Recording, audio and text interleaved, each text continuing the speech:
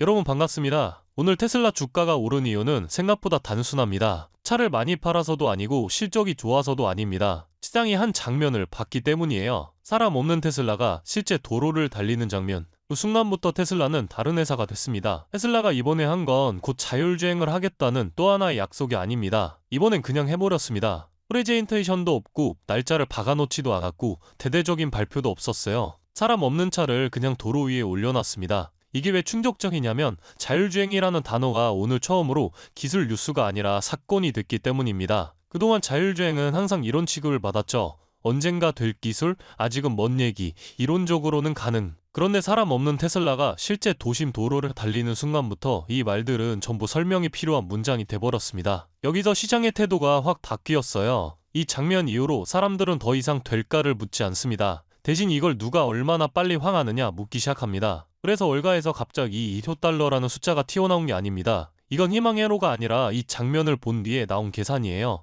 자율주행이 실제로 굴러가는 순간 테슬라는 더 이상 차를 몇 대 파느냐로 평가할 회사가 아니게 됩니다. 이제 질문은 이겁니다. AI가 도로 위에서 혼자 굴러다니며 돈을 벌 수 있느냐? 그리고 테슬라는 처음으로 그 질문에 제대로 된 답을 보여주기 시작했습니다. 이 변화는 최근 분석에서도 아주 노골적으로 드러납니다. 요즘 테슬라를 분석하는 쪽에서는 이런 말까지 나오고 있어요. 이제 인도량은 테슬라 주가를 설명하지 못한다고요. 이건 변명이 아닙니다. 실적을 덮으려는 말도 아니고요. 그만큼 평가의 기준 자체가 바뀌었다는 선언에 가깝습니다. 차를 몇 대 팔았는지는 여전히 중요합니다. 하지만 더 이상 이 회사의 핵심 질문은 아니게 되었어요. 핵심 질문은 이거죠. 이 AI는 실제로 혼자서 도시를 통과할 수 있느냐? 그리고 테슬라는 그 질문의 말이 아니라 장면으로 답했습니다. 여기서 하나의 장면이 더 겹쳐집니다. 최근 캘리포니아 샌호세 쇼룸에 프로덕션 준비가 된 사이버캡을 그냥 전시해버렸습니다. 이건 콘셉트카가 아니고 미래를 설명하는 모형도 아닙니다. 이제 만들 준비가 끝났다는 부언의 선언에 가까운 겁니다. 자율주행이 영상 속에만 존재하는 게 아니라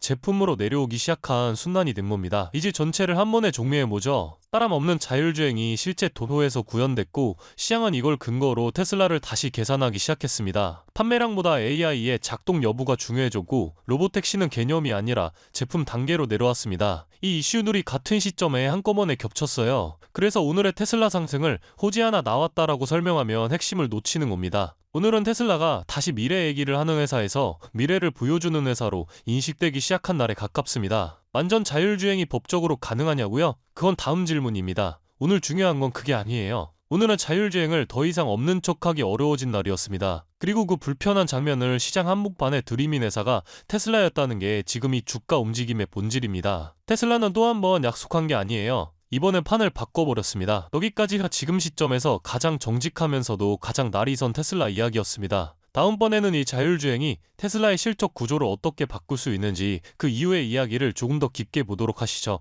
지금은 이 한 문장만 기억하시면 됩니다. 테슬라는 마침내 자율주행을 구현해냈다.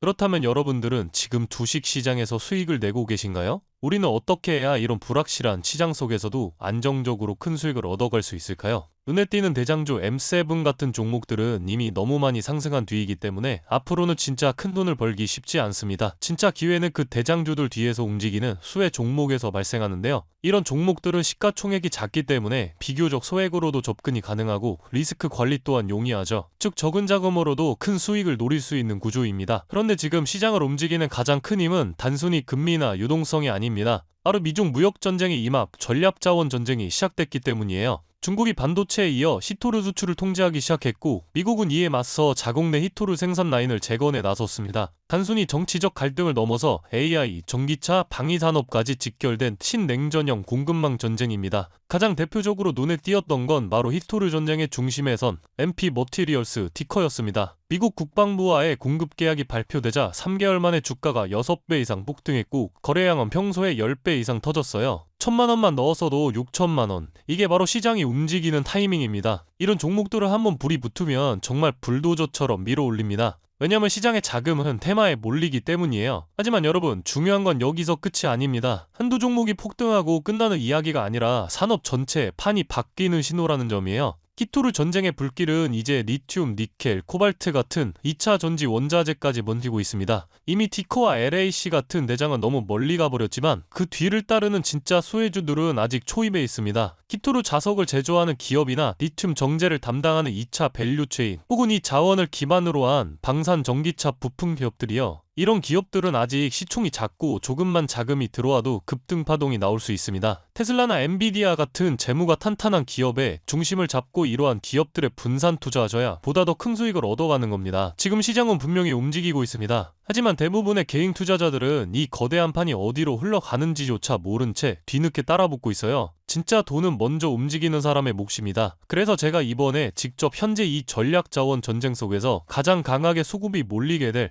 핵심 소액 섹터와 종목 리스트를 정리해뒀습니다. 실제로 기관 자금이 들어오는 타이밍과 정부 정책 방향, 글로벌 공급망 재편 흐름까지 데이터 기반으로 정리된 PDF 자료예요. 이러한 정보도 소중한 제 구독자분들과 끝까지 영상 시청해주신 분들께만 오픈해드리도록 하겠습니다. 참여 방법은 간단합니다. 영상 아래 더보기란을 클릭하시면 파란색 링크가 하나 보이실 겁니다. 간단한 설문조사 진행해두시고 전송 버튼까지 눌러주시면 확인 후에 순차적으로 자료를 전달드리겠습니다. 절대로 금전 요구나 무조건적인 투자 권유 또한 하지 않습니다. 여러분이 시장에서 안정적으로 수익을 만들어 가시길 바라는 마음으로 준비한 자료들이에요. 꾹 가볍게 참고하시고 시장의 흐름을 직접 관망하셔도 좋습니다. 시장은 언제나 먼저 보는 사람, 먼저 움직이는 사람이 이깁니다. 지금 우리가 보고 있는 건 단순한 주가 상승이 아니라 글로벌 머니의 방향 전환이에요. 이 기회를 놓치면 다음 사이클이 올 때까지 또 몇 년을 기다려야 할지도 모릅니다. 영상이 도움되셨다면 좋아요와 구독 버튼 눌러주시고 저는 다음 영상에서 뵙도록 하겠습니다.